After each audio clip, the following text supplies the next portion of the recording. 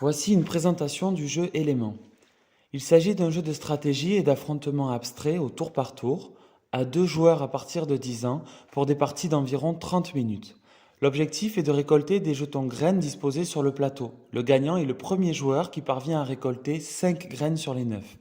Ce qui différencie ce jeu par rapport à d'autres jeux du genre, c'est que le joueur compose ses pions au fur et à mesure de la partie, en leur attribuant des capacités selon les 4 éléments: l'air, le feu, l'eau et la terre.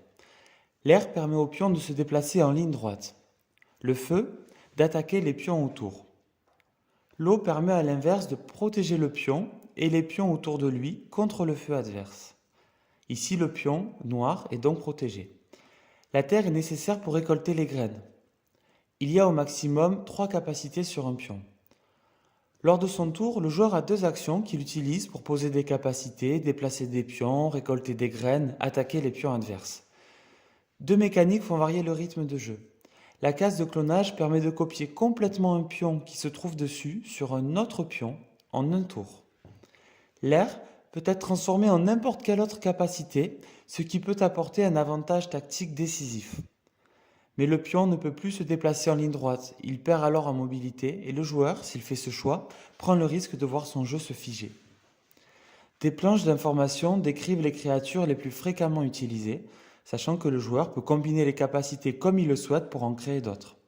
Il y a par exemple le dragon, agressif car il a 2 attaques mais aucune protection, ou encore le chevalier, ambivalent entre attaque et protection.